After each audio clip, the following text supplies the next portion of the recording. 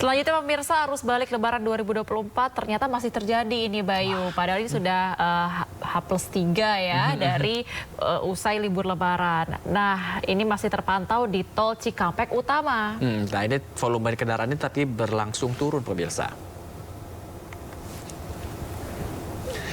Ya pemirsa, masih banyak terlihat para pemudik melakukan perjalanan menuju Jakarta dengan melintasi gerbang Tol Cikatama pada Rabu malam. Jasa Marga resmi mengeluarkan kebijakan diskon tarif tol sebesar 20%. Dan ini berlaku bagi semua golongan kendaraan. Sistem satu arah dari gerbang tol Kali Kangkung hingga Cipali telah ditiadakan. Selain itu, kontraflow dari gerbang tol Cikampek hingga kilometer 47 ruas tol Jakarta Cikampek juga telah dinonaktifkan sejak 16 April.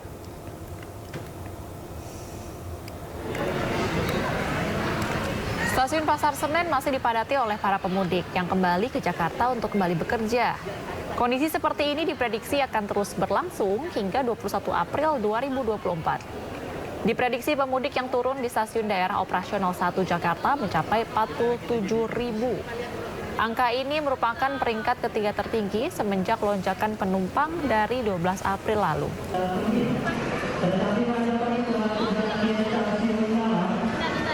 Bandara.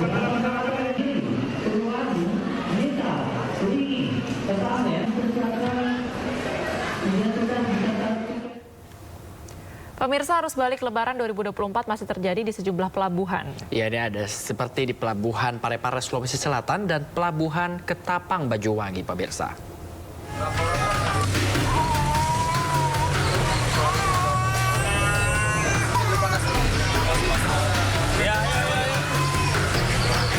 Arus balik Lebaran 2024 masih terjadi di Pelabuhan Parepare, Sulawesi Selatan pada Rabu siang. Antrian panjang calon penumpang kapal terlihat saat pemeriksaan tiket di loket masuk terminal pelabuhan. Tercatat 6.000 calon penumpang kapal tujuan Kalimantan berangkat menggunakan 5 armada kapal melalui Pelabuhan Parepare.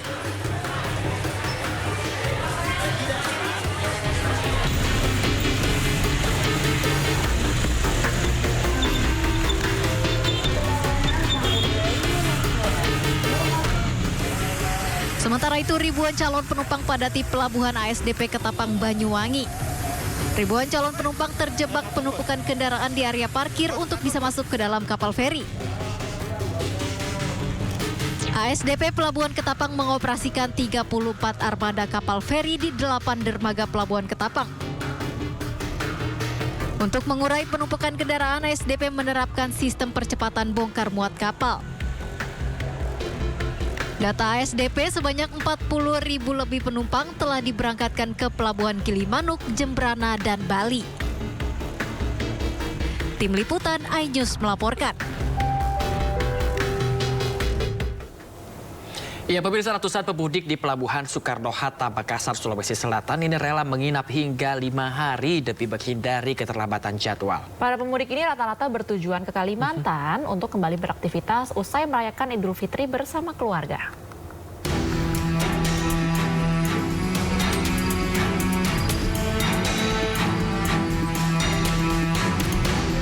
Meski puncak arus balik Lebaran telah lewat, namun ratusan pemudik masih memenuhi ruang tunggu Pelabuhan Soekarno-Hatta, Makassar, Sulawesi Selatan. Para pemudik rela tidur berhimpitan dan menginap selama 2 hari. Bahkan, sebagian pemudik sudah menginap selama 5 hari. Hal ini mereka lakukan demi menghindari keterlambatan jadwal saat menaiki kapal tujuan Kalimantan usai merayakan Idul Fitri bersama keluarga. NG 2 hari pas hari ini. Hari ini insya Allah nanti berangkat. Kenapa sampai menginap di sini tuh selama 2 hari? Ya ini takut ini aja ketinggalan kapalnya gitu. NG. Kebetulan kan juga di sini ada ruang tunggunya, jadi ya. Alhamdulillah juga fasilitasnya kan lumayan, ada kipas, ada TV. Ya udah di sini aja nginapnya tuh cuma 2 hari itu. Ada yang ini bahkan ada yang sampai 5 hari, 6 hari. Meski di sejumlah titik puncak arus balik telah lewat, namun pihak Pelabuhan Makassar memprediksi puncak arus balik terjadi pada hari ini, 17 April 2024. Dari Makassar, Syarul Adiaksa, Ainus melaporkan.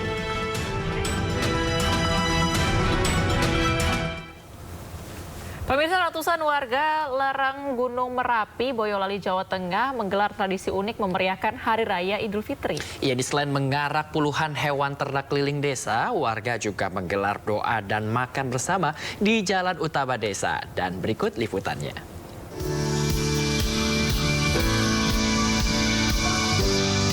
Sapi-sapi ini bukan hendak disembelih. Ya, tradisi unik memeriahkan Lebaran ini dilakukan warga lereng Gunung Merapi, Boyolali, Jawa Tengah dengan mengarak belasan hewan ternak keliling desa. Bahkan warga juga memasang kalung ketupat pada hewan ternak. Uniknya lagi, ratusan warga desa Seruni, Kecamatan Musuk ini selain membawa hewan ternak, warga juga menggelar doa dan makan ketupat bersama di jalan utama desa. Tradisi arak-arakan ini diawali dengan gunungan hasil bumi dan berbagai kesenian. Tradisi Lebaran sapi ini rutin dilakukan setiap tahun sepekan setelah Hari Raya Idul Fitri. Acara tradisi kupatan setiap setahun sekali. Maknanya apa sih, Pak?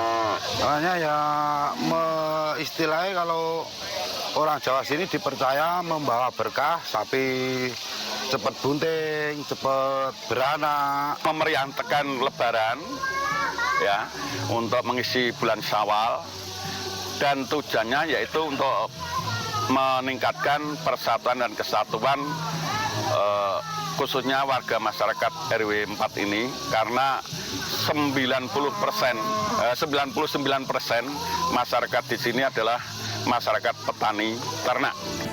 Selain sebagai wujud syukur kepada Tuhan Yang Maha Esa atas rezeki yang diberikan melalui hewan ternak, tradisi ini juga dijadikan wadah mempererat silaturahmi. Dari Boyolali, Jawa Tengah, Tata Rahmanta, iNews melaporkan. Ya, kita ke informasi lainnya, pemirsa. Tim hukum Ganjar Mahfud dan tim Anies Mohaimin telah menyerahkan dokumen kesimpulan sidang sengketa Pilpres 2024. Secara garis besar, kesimpulan yang diajukan menyebutkan bahwa telah terjadi pelanggaran konstitusi demi memenangkan Capres-Cawapres nomor urut 2 Prabowo Subianto dan Gibran Rakabuming Raka.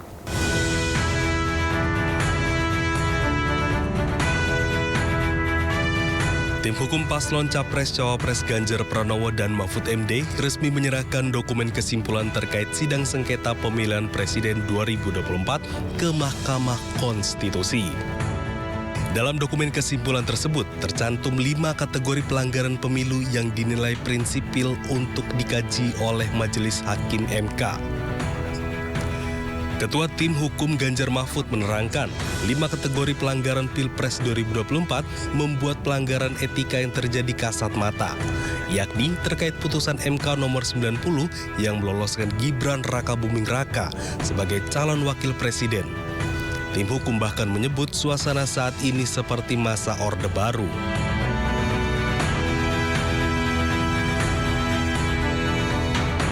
Tidak netralan ASN. Ini diakui dan ada beritanya di media bahwa ASN itu tidak netral sama sekali. Ini seperti suasana Orde Baru gitu.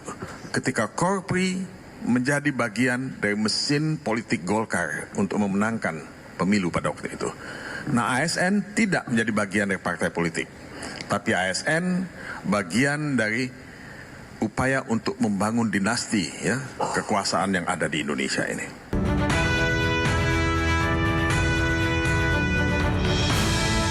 Sementara itu, tim hukum Timnas Anies Baswedan Muhaimin Iskandar menyampaikan 35 alat bukti tambahan dan kesimpulan terkait perkara perselisihan hasil pemilihan umum Pilpres 2024 di Gedung MK. Berbagai alat bukti tersebut diantaranya mengenai pelanggaran terhadap persyaratan calon, penyalahgunaan bansos, netralitas pejabat, kepala daerah, dan kepala desa, serta teknologi informasi. Secara garis besar, kesimpulan berisi keterangan ahli, saksi, dan bukti-bukti yang diajukan bahwa benar telah terjadi pelanggaran konstitusi demi memenangkan calon Prabowo Subianto dan Gibran Rakabuming Raka. Amin. Jadi saya yakin Majelis Hakim Mahkamah Konstitusi yang dengan profesional selama ini sudah melakukan sidang dengan baik dan tulus. Saya mengikuti setiap hari. mudah-mudahan diberikan keleluasaan berpikir, hati yang tenang untuk bisa memutuskan dengan seadil-adilnya. Sekali lagi saya bangga kepada tim hukum nasional, mudah-mudahan ini menjadi catatan sejarah. Di hari yang sama, tim hukum Prabowo Gibran juga menyerahkan kesimpulan terkait sidang sengketa Pilpres 2024 ke Mahkamah Konstitusi.